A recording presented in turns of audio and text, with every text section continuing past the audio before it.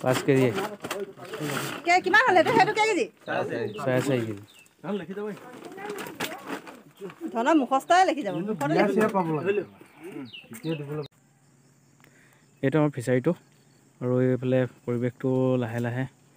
অলপ জংঘল হৈছেগৈ আৰু লাহে লাহে আৰু এইখিনি ভুল লগাইছিলোঁ ভুলখিনি অলৰেডি বহুত খোৱালে বাৰু এতিয়া চিঙি ভাঙি আদায় হ'ল লাহে লাহে কল কুঁহিয়াৰ এইবিলাক লগাইছোঁ আৰু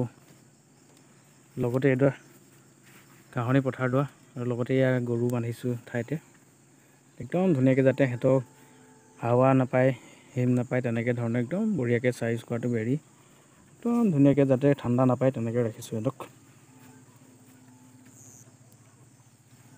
একদম ধুনীয়া জেগা বোকা পানী কথা নাই ওপৰত ধুনীয়াকৈ ত্ৰিপাল দিয়া আছে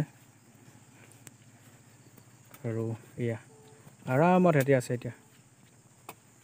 অলপ দেৰি পিছত সিহঁতক ধোঁৱা দিব লাগিব মহটো মাখিটো অলপ বেছি আছে সৰু সৰু মাখিটো আপুনি চাই আছে আমাৰ এইজনী বজ্জাতি এইজনী মাজে সময়ে মোক ঘাইল কৰি থাকে আমাৰ এয়া আইতাগৰাকী ইয়াত যিমানখিনি ইয়াত পৰিয়াল আছে চব আমাৰ এই আইতাজনী ভাগৰে এই আইতাজনী ভাগৰে আমাৰ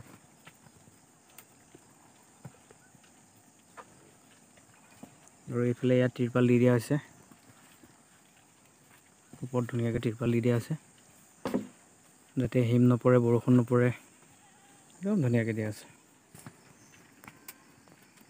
আৰু এইবিলাক সিহঁতক ধোঁৱা দিবৰ কাৰণে কল আনি থৈছোঁ জাক দিবৰ কাৰণে